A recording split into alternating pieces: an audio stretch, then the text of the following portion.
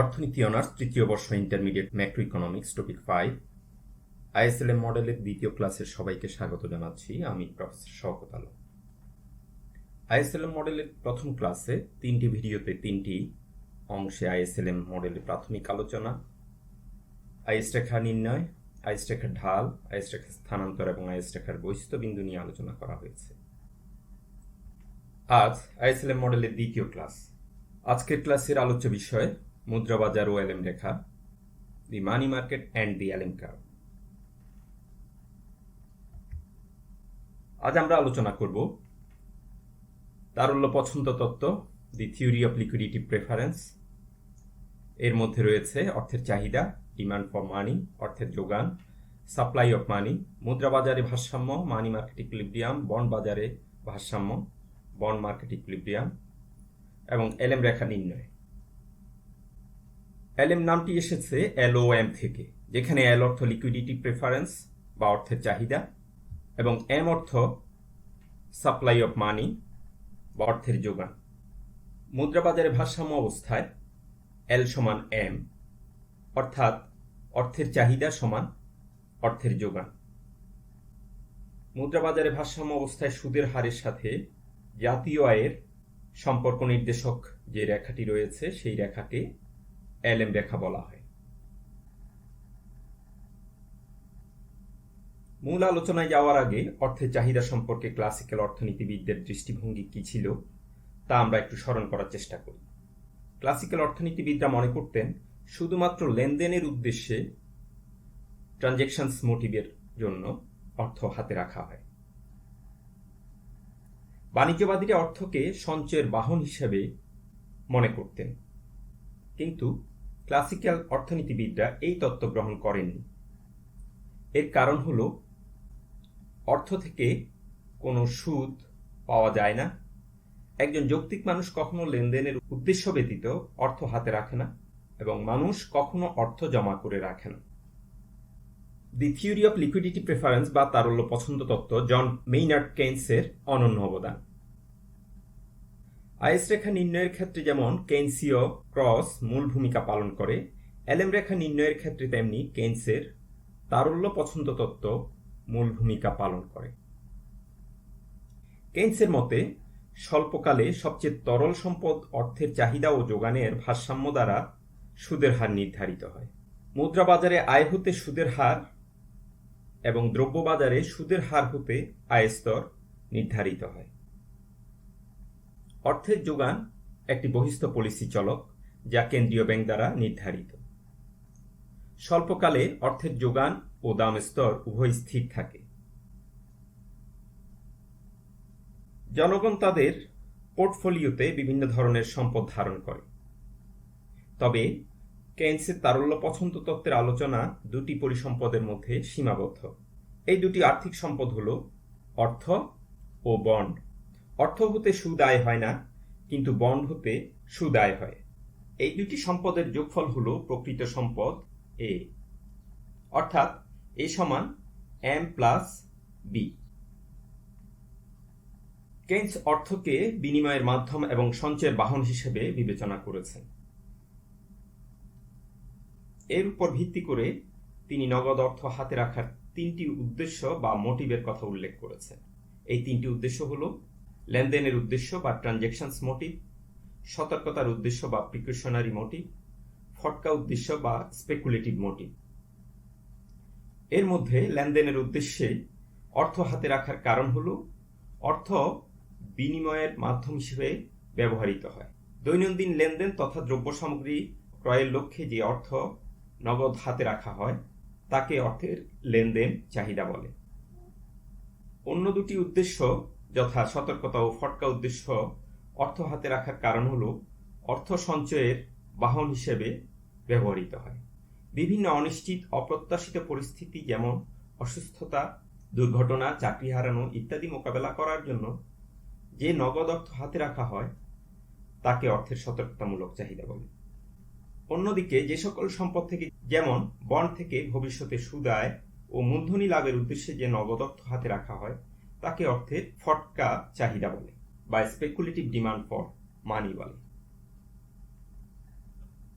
অর্থের লেনদেন চাহিদা এবং সতর্কতামূলক চাহিদা আয়ের উপর নির্ভর করে এবং চাহিদা আয়ের সমানুপাতিক। তাই অর্থের উভয় চাহিদাকে এলটি দ্বারা প্রকাশ করা যায়। অতএব LT is a function of Y, যেখানে ওয়াই এর সাথে এলটির সরাসরি বা ধনাত্মক সম্পর্ক বিদ্যমান। ট্রানজেকশন ডিমান্ড ফর মানি অপেক্ষকের সুনির্দিষ্ট রূপ হচ্ছে এলটি সমান কে ওয়াই, যেখানে কে প্রকৃত আয়ের একটি ভগ্নাংশ যার মান 0 থেকে 1 মাঝে অবস্থান করে। এখন আমরা ট্রানজেকশন ডিমান্ড ফর মানি রেখাটি অঙ্কন করব। ভূমি অক্ষে আয় এবং লম্ব অক্ষে অর্থের লেনদেন চাহিদা বা transaction demand for Real money balances LT দেখানো হয়েছে। প্রথমে একটি 45 ডিগ্রি রেখা অঙ্কন করা হলো। এই রেখার অর্থ হলো 45 ডিগ্রি রেখার উপর প্রতিটি বিন্দুতে এলটি সমান ওয়াই। কে এর মান 1 হলে এলটি সমান ওয়াই হয়। যেহেতু কে এর মান 1 এর চেয়ে ছোট, তাই এলটি রেখাটি 45 ডিগ্রি রেখার নিচে অবস্থান করে। এলটি রেখা মূল বিন্দু থেকে উত্থিত ঊর্ধ্বগামী একটি রেখা, যার ঢাল কে। এর অর্থ হলো আয় 1 টাকা বৃদ্ধি পেলে ট্রানজেকশন ডিমান্ড ফর মানি কে টাকা বৃদ্ধি পায়। কে এর মান বড় হলে এলটি রেখা অধিকতর খাড়া এবং কে এর মান ছোট হলে এলটি রেখা তুলনামূলকভাবে ঢালু হয়। কেইন্স আয়ের উপর নির্ভরশীল অর্থের লেনদেন চাহিদা ধারণাটি গ্রহণ করেছেন ক্লাসিক্যাল অর্থনীতিবিদদের নিকট থেকে। অর্থের ফটকা চাহিদা বা স্পেকুলেটিভ ডিমান্ড ফর মানি কেইন্সের তারল্য পছন্দ তত্ত্বের সবচেয়ে অভিনব দিক, যা কেইন্স প্রবর্তিত একটি নতুন ধারণা এবং তার নিজস্ব উদ্ভাবন। আগেই বলা হয়েছে, জনগণ তাদের পরিসম্পদ কোষ বা পোর্টফোলিওতে দুটি সম্পদ, অর্থ ও বন্ড ধারণ করে। অর্থ হতে কোনো প্রাপ্তি ঘটে না, কিন্তু বন্ড হতে নির্দিষ্ট সময়ান্তে, যেমন 6 মাস বা 1 বছর পর পর প্রাপ্তি ঘটে এবং মেয়াদ শেষে বন্ডের অভিহিত মূল্য বা ফেস ভ্যালু ফেরত পাওয়া যায়। বাজারে বন্ড বিক্রয় করে মূলধনী লাভের সুযোগ রয়েছে, তবে বন্ডের মূল্য কমে গেলে ক্ষতির সম্মুখীন হওয়ারও সম্ভাবনা রয়েছে। অতএব বন্ড হতে অর্জিত আয় হল নগদ অর্থ হাতে রাখার সুযোগ ব্যয়। অর্থ হাতে রাখার অর্থ হল সুদ আয় থেকে বঞ্চিত হওয়া। তাই জনগণ চাহিদার অতিরিক্ত অর্থ সময় ও সুযোগ বুঝে বন্ড ক্রয়ে নিয়োজিত করে। ধরা যাক 100 টাকা অভিহিত মূল্যের একটি বন্ড হতে বাৎসরিক 5 টাকা কুপন লাভ হয়। বন্ডের অভিহিত মূল্য বা ফেস ভ্যালু 100 টাকা, কুপন থেকে আয় বাৎসরিক 5 টাকা। বাজার সুদের হার 5% হতে 10% বৃদ্ধি পেলে কি ঘটে সেটা আমরা এখন দেখব। সুদের হারের সাথে বন্ডের দামের বিপরীত সম্পর্ক বিদ্যমান, অর্থাৎ সুদের হার বৃদ্ধি পেলে বন্ডের দাম হ্রাস পায় এবং সুদের হার হ্রাস পেলে বন্ডের দাম বৃদ্ধি পায়। বন্ডের দাম হ্রাস পেলে বন্ডের চাহিদা বৃদ্ধি পায়, ডিমান্ড ফর বন্ড এটিও বৃদ্ধি পায়। অর্থাৎ জনগণ নগদ অর্থ হাতে না রেখে বন্ড ক্রয় করে। পোর্টফোলিওতে সম্পদের পরিমাণ নির্দিষ্ট হওয়ায় বন্ডের চাহিদা বৃদ্ধি পেলে অর্থের ফটকা চাহিদা বা speculative demand for money LS এটি হ্রাস পায়। আবার সুদের হার যদি এমন কমে যায় যে বিনিয়োগকারীরা বন্ডের দাম বৃদ্ধি পাওয়ায় বন্ড বিক্রয় করে নগদ অর্থ হাতে রাখাকে লাভজনক মনে করে, ফলে অর্থের ফটকা চাহিদা বৃদ্ধি পায়। অতএব সুদের হারের সাথে অর্থের ফটকা চাহিদার বিপরীত সম্পর্ক বিদ্যমান।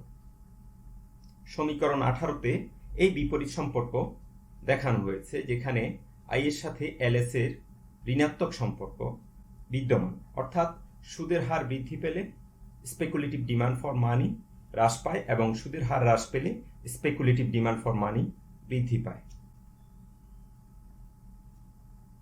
সুদের হারের সাথে স্পেকুলেটিভ ডিমান্ড ফর মানির বিপরীত সম্পর্কের কারণে এলএস রেখা ডানে নিম্নগামী হয়। এমডি বাই পি বা এল হল প্রকৃত অর্থের চাহিদা, যেখানে এমডি হচ্ছে নমিনাল মানি ডিমান্ড এবং পি হচ্ছে দাম স্তর বা প্রাইস লেভেল। অর্থাৎ নমিনাল ডিমান্ড ফর মানিকে প্রাইস লেভেল দ্বারা ভাগ করা হলে প্রকৃত অর্থের চাহিদা পাওয়া যায়, যাকে এল দ্বারা প্রকাশ করা হয়। অর্থের লেনদেন চাহিদা এলটি ও অর্থের ফটকা চাহিদা এলএস এর যোগফল থেকে প্রকৃত অর্থের চাহিদা বা ডিমান্ড ফর মানি এল পাওয়া যায়। অতএব অর্থের প্রকৃত চাহিদা প্রকৃত আয় ও সুদের হারের অপেক্ষক। আমরা এখানে দেখাচ্ছি যে প্রকৃত অর্থের চাহিদা L is a function of Y and I, যেখানে ওয়াই এর সাথে অর্থের চাহিদার ধনাত্মক সম্পর্ক এবং আই এর সাথে অর্থের চাহিদার ঋণাত্মক সম্পর্ক বিদ্যমান। অর্থের প্রকৃত চাহিদা এলকে সুনির্দিষ্ট রূপে সমীকরণ 21-এর সাহায্যে প্রকাশ করা হয়, যেখানে কে হল আয়ের প্রেক্ষিতে প্রকৃত অর্থের চাহিদার সংবেদনশীলতা এবং এইচ হল সুদের হারের প্রেক্ষিতে প্রকৃত অর্থের চাহিদার সংবেদনশীলতা। প্রকৃত আয় 1 টাকা বৃদ্ধি পেলে প্রকৃত অর্থের চাহিদা কে টাকা পরিমাণ বৃদ্ধি পায় এবং সুদের হার 1% বৃদ্ধি পেলে প্রকৃত অর্থের চাহিদা এইচ টাকা হ্রাস পায়। কে ও এইচ উভয়ই ধনাত্মক, তবে কে এর মান 1-এর চেয়ে ছোট হয়। এখন আমরা এলটি ও এলএস রেখা থেকে কিভাবে প্রকৃত অর্থের চাহিদা এল পাওয়া যায় তা চিত্রের সাহায্যে দেখাবো। এই জন্য 3টি প্যানেল ব্যবহার করা হবে। ক প্যানেলে অর্থের লেনদেন চাহিদা রেখা এলটি অঙ্কন করা হয়েছে। খ প্যানেলে একটি 45 ডিগ্রি রেখা অঙ্কন করা হয়েছে এবং গ প্যানেলে অর্থের ফটকা চাহিদা রেখা এলএস অঙ্কন করা হয়েছে। এলএস রেখার সাথে একটি নির্দিষ্ট আয় স্তরে অর্থের লেনদেন চাহিদা এলটি এর পরিমাণ যোগ করে প্রকৃত অর্থের চাহিদা রেখা এল নির্ণয় করা হবে। এলএস এর সাথে এলটি যোগ করলে এলএস রেখা ডান দিকে স্থানান্তরিত হয়ে এল পাওয়া যায়, অর্থাৎ অর্থের মোট চাহিদা রেখা এল পাওয়া যায়। ধরা যাক y1 আই স্তরে অর্থের লেনদেন চাহিদার পরিমাণ LT1, যা ক প্যানেলে দেখানো হয়েছে। খ প্যানেলে 45 ডিগ্রি রেখার সাহায্যে এলটিকে ভূমি অক্ষে নেওয়া হয়েছে। 45 ডিগ্রি রেখার উপর প্রতিটি বিন্দুতে লম্ব দূরত্ব এবং ভূমি দূরত্ব পরস্পর সমান। এলটিকে গ প্যানেলে সম্প্রসারণ করা হয়েছে। এখন এলএস রেখাকে এলটি এর সমপরিমাণ স্থানান্তর করলে প্রকৃত অর্থের চাহিদা রেখা এল পাওয়া যাবে।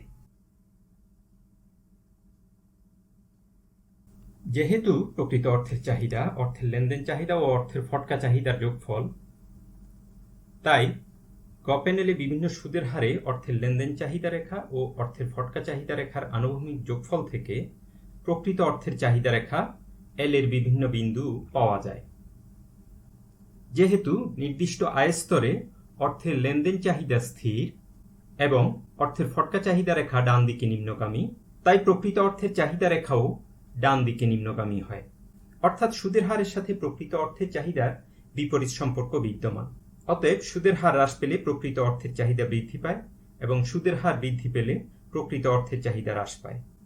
আয় স্তরের পরিবর্তন হলে অর্থের লেনদেন চাহিদা এলটি পরিবর্তিত হয়, ফলে অর্থের চাহিদা রেখা ডানে বা বামে স্থানান্তরিত হয়। আয় বৃদ্ধি পেলে অর্থের চাহিদা রেখা ডানে এবং আয় হ্রাস পেলে অর্থের চাহিদা রেখা বামে স্থানান্তরিত হয়। অর্থের যোগান দেশের কেন্দ্রীয় ব্যাংক দ্বারা নিয়ন্ত্রিত। মুদ্রানীতির অংশ হিসেবে কেন্দ্রীয় ব্যাংক অর্থের যোগান নির্ধারণ করে থাকে, তাই এটি একটি বহিস্থ পলিসি চলক। অর্থের যোগান অন্য কোনো চলকের উপর নির্ভরশীল নয়। অর্থের যোগানকে দামস্তর পি দ্বারা ভাগ করলে প্রকৃত অর্থের যোগান বা supply of Real money balances পাওয়া যায়। তারল্য পছন্দ তত্ত্বে ধরে নেওয়া হয়েছে স্বল্পকালে অর্থের যোগান এমএস ও দামস্তর পি স্থির থাকে, তাই স্বল্পকালে প্রকৃত অর্থের যোগানও স্থির। প্রকৃত অর্থের যোগানকে M bar by P bar দ্বারা নির্দেশ করা হয়।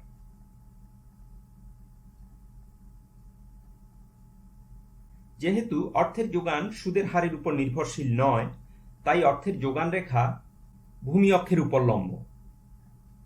কেন্দ্রীয় ব্যাংক অর্থের যোগান বৃদ্ধি করলে রেখাটি ডানে স্থানান্তরিত হয় এবং অর্থের যোগান হ্রাস করা হলে রেখাটি বাম দিকে স্থানান্তরিত হয়।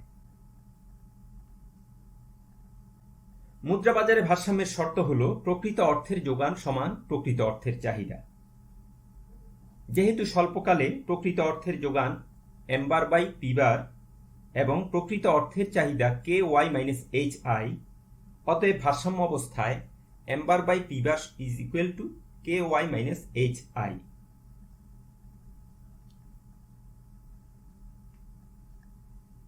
এখন আমরা চিত্রের সাহায্যে মুদ্রা বাজারে ভারসাম্য অর্জনের প্রক্রিয়াটি দেখাব। ভূমি অক্ষে m বাই p বা রিয়াল মানি ব্যালেন্সেস এবং লম্ব অক্ষে সুদের হার i নির্দেশ করা হয়েছে। L সমান ky মাইনাস hi ডানি নিম্নগামী প্রকৃত অর্থের চাহিদা রেখা এবং m বার বাই p বার প্রকৃত অর্থের যোগান রেখা, যা ভূমি অক্ষের উপর উলম্ব একটি রেখা। উভয় রেখা পরস্পর ই বিন্দুতে ছেদ করেছে, অতএব ই মুদ্রা বাজারের ভারসাম্য বিন্দু। ভারসাম্য সুদের হার I1। সুদের হার I1 হতে I2 তে বৃদ্ধি পেলে মুদ্রা বাজারে ভারসাম্যহীনতা দেখা দেয়।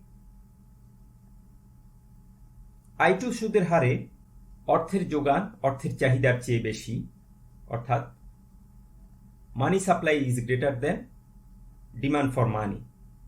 অতএব এক্ষেত্রে অতিরিক্ত অর্থের যোগান দেখা দেয়। চাহিদার অতিরিক্ত অর্থ বন্ড ক্রয়ে বিনিয়োগ করা হয়, ফলে বন্ডের চাহিদা বৃদ্ধি পায়। অর্থের যোগান অর্থের চাহিদার চেয়ে বেশি হলে অতিরিক্ত অলস অর্থ বন্ড ক্রয়ে বিনিয়োগ করা হয়, ফলে বন্ডের চাহিদা বন্ড ডিমান্ড বন্ড সাপ্লাইকে এক্সিড করে, ফলে প্রাইস অফ বন্ড বা বন্ডের দাম বৃদ্ধি পায়। বন্ডের দামের সাথে সুদের হারের যেহেতু বিপরীত সম্পর্ক বিদ্যমান, তাই বন্ডের দাম বৃদ্ধি পেলে সুদের হার হ্রাস পায়। সুদের হার হ্রাস পেতে থাকলে অর্থের চাহিদা ধীরে ধীরে বৃদ্ধি পায়।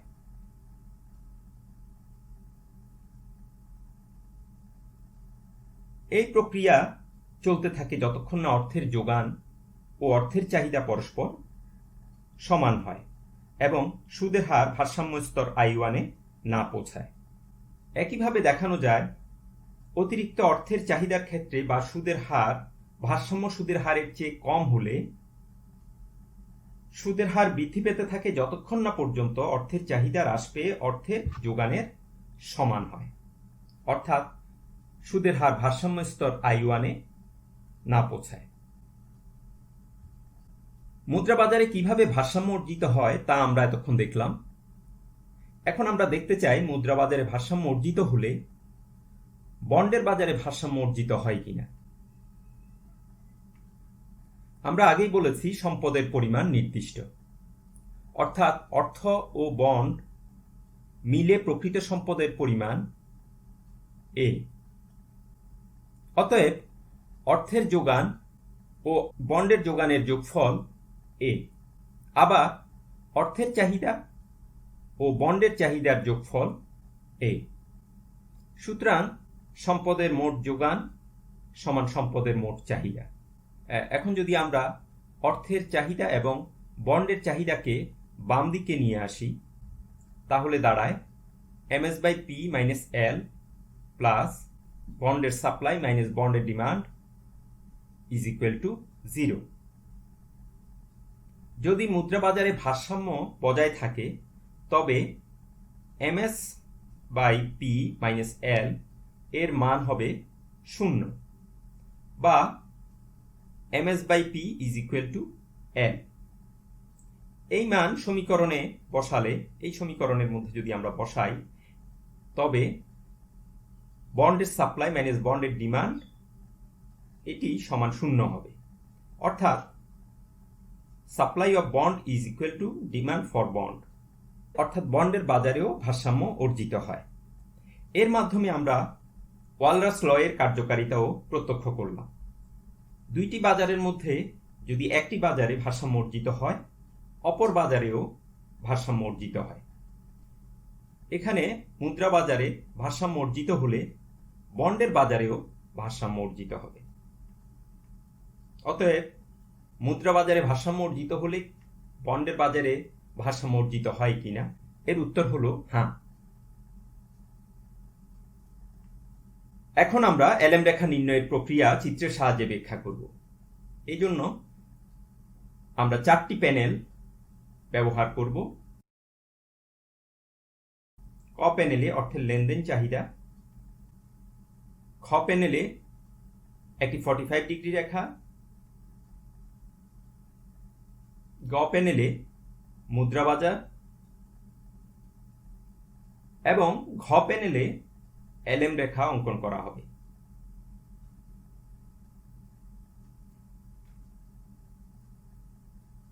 ধরা যাক Y1 আই স্তরে অর্থের লেনদেন চাহিদা LT1 এবং অর্থের প্রকৃত চাহিদা রেখা L1। আমরা ক প্যানেল থেকে অর্থের লেনদেন চাহিদাকে প্রথম খ প্যানেলে এনে এটির অক্ষ পরিবর্তন করে লম্ব অক্ষ থেকে ভূমি অক্ষে স্থানান্তর করি এবং ভূমি অক্ষে যে LT1 পাওয়া গেছে সেই LT1 এর সাথে LS যুক্ত করে অর্থের মোট চাহিদা রেখা L1 পাওয়া যায়। অর্থের যোগান M1 bar divided by P bar স্তরে স্থির, যেটি কেন্দ্রীয় ব্যাংক দ্বারা নির্ধারিত। অর্থের চাহিদা রেখা L1 এবং অর্থের যোগান রেখা M1 বার বাই P বার পরস্পর E1 বিন্দুতে ছেদ করে। অতএব E1 মুদ্রা বাজারে ভারসাম্য বিন্দু। E1 বিন্দুতে ভারসাম্য সুদের হার I1। Y1 আই স্তরের সাথে I1 সুদের হারের সম্পর্ক নির্দেশক বিন্দু স্মল e1 যা ঘ প্যানেলে দেখানো হয়েছে। এখন ধরা যাক আয় Y1 হতে Y2 তে বৃদ্ধি পায়। Y2 আই স্তরে অর্থের লেনদেন চাহিদা LT2 এবং অর্থের প্রকৃত চাহিদা রেখা L2। অর্থের চাহিদা রেখা L2 এবং অর্থের যোগান রেখা M1 বার বাই P বার পরস্পর E2 বিন্দুতে ছেদ করে। অতএব E2 মুদ্রা বাজারের পরিবর্তিত ভারসাম্য বিন্দু। E2 বিন্দুতে ভারসাম্য সুদের হার I2। Y2 আই স্তরে I2 সুদের হারের সম্পর্ক নির্দেশক বিন্দু স্মল E2 যা ঘ প্যানেলে দেখানো হয়েছে। E1 ও E2 বিন্দুর সংযোগকারী রেখায় নির্ণেয় LM রেখা। দেখা যাচ্ছে যে আয় বৃদ্ধি পেলে অর্থের লেনদেন চাহিদা K ডেল Y পরিমাণ বৃদ্ধি পায়। ফলে অর্থের চাহিদা রেখা K ডেল Y পরিমাণ ডানে স্থানান্তরিত হয় এবং মুদ্রা বাজারে ভারসাম্য বিন্দু পরিবর্তনের কারণে ভারসাম্য সুদের হার বৃদ্ধি পায়। অতএব আয় বৃদ্ধির ফলে সুদের হার বৃদ্ধি পায়। প্রাপ্ত এলএম রেখা একটি ডানে ঊর্ধ্বগামী রেখা। আয় স্তর ও সুদের হারের মধ্যে সরাসরি সম্পর্কের কারণে এলএম রেখাটি ডান দিকে ঊর্ধ্বগামী হয়। এলএম রেখার উপর প্রতিটি বিন্দু আয় ও সুদের হারের মধ্যে সম্পর্ক নির্দেশ করে যখন মুদ্রা বাজারে ভারসাম্য বজায় থাকে। এলএম রেখার ক্ষেত্রে আয় মুদ্রা বাজারে ভারসাম্য সুদের হার নির্ধারণে ভূমিকা পালন করে। অন্যদিকে আইএস রেখার ক্ষেত্রে দ্রব্য বাজারে সুদের হার ভারসাম্য আয় স্তর নির্ধারণে ভূমিকা পালন করে। ফলে দ্রব্য বাজার ও মুদ্রা বাজার যথাক্রমে আইএস রেখা ও এলএম রেখার মাধ্যমে পরস্পর সম্পর্কিত। পরীক্ষায় উত্তরপত্রে এলএম রেখা নির্ণয়ের জন্য 4টি প্যানেলের মধ্যে নিচের 2টি প্যানেল অঙ্কন না করলেও চলবে। সেক্ষেত্রে শুধুমাত্র গ ও ঘ প্যানেল অঙ্কন করে বিস্তারিত ব্যাখ্যা প্রদান করতে হবে। আইএস রেখা এবং এলএম রেখা অঙ্কনের ক্ষেত্রে বিভিন্ন পাঠ্য বইয়ে বিভিন্ন ধরনের চিত্র ব্যবহার করা হয়। তোমাদের কাছে যেটি সহজবোধ্য মনে হয় সেটি ব্যবহার করবে। আমি বর্তমান সময়ের জনপ্রিয় পাঠ্য বইসমূহের আলোকে আইএস ও এলএম রেখার চিত্রগুলো অঙ্কন করেছি। এতক্ষণ আমরা চিত্রের সাহায্যে এলএম রেখা নির্ণয়ের প্রক্রিয়াটি দেখলাম। এখন এলএম রেখার সমীকরণটি নির্ণয় করা হবে। মুদ্রা বাজারে ভারসাম্যের শর্ত হল প্রকৃত অর্থের যোগান সমান প্রকৃত অর্থের চাহিদা, অর্থাৎ M bar by P bar সমান K Y minus H I. সমীকরণ 22কে আই এর জন্য সমাধান করলে এলএম রেখার সমীকরণ পাওয়া যায়। অতএব এইচ আই কে বামে এনে আই এর জন্য সমাধান করলে পাওয়া যায় I is equal to k by h into y minus 1 by h whole into m bar by p bar। এটাই নির্ণয় এলএম রেখার সমীকরণ।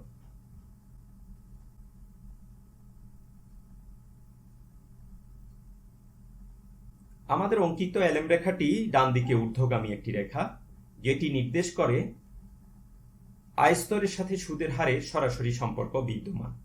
আমরা এলএম রেখা প্রাপ্তির পুরো প্রক্রিয়াটিকে সংক্ষেপে এভাবে দেখাতে পারি যে আয় বৃদ্ধি পেলে অর্থের লেনদেন চাহিদা বৃদ্ধি পায়, ফলে অর্থের মোট চাহিদা এল বৃদ্ধি পায় এবং এল বৃদ্ধির কারণে সুদের হার বৃদ্ধি পায়।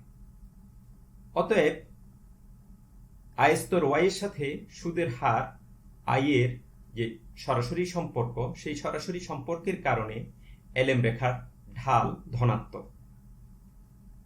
আমরা সমীকরণের সাহায্যেও এলএম রেখার ঢাল যে ধনাত্মক সেটি দেখাতে পারি।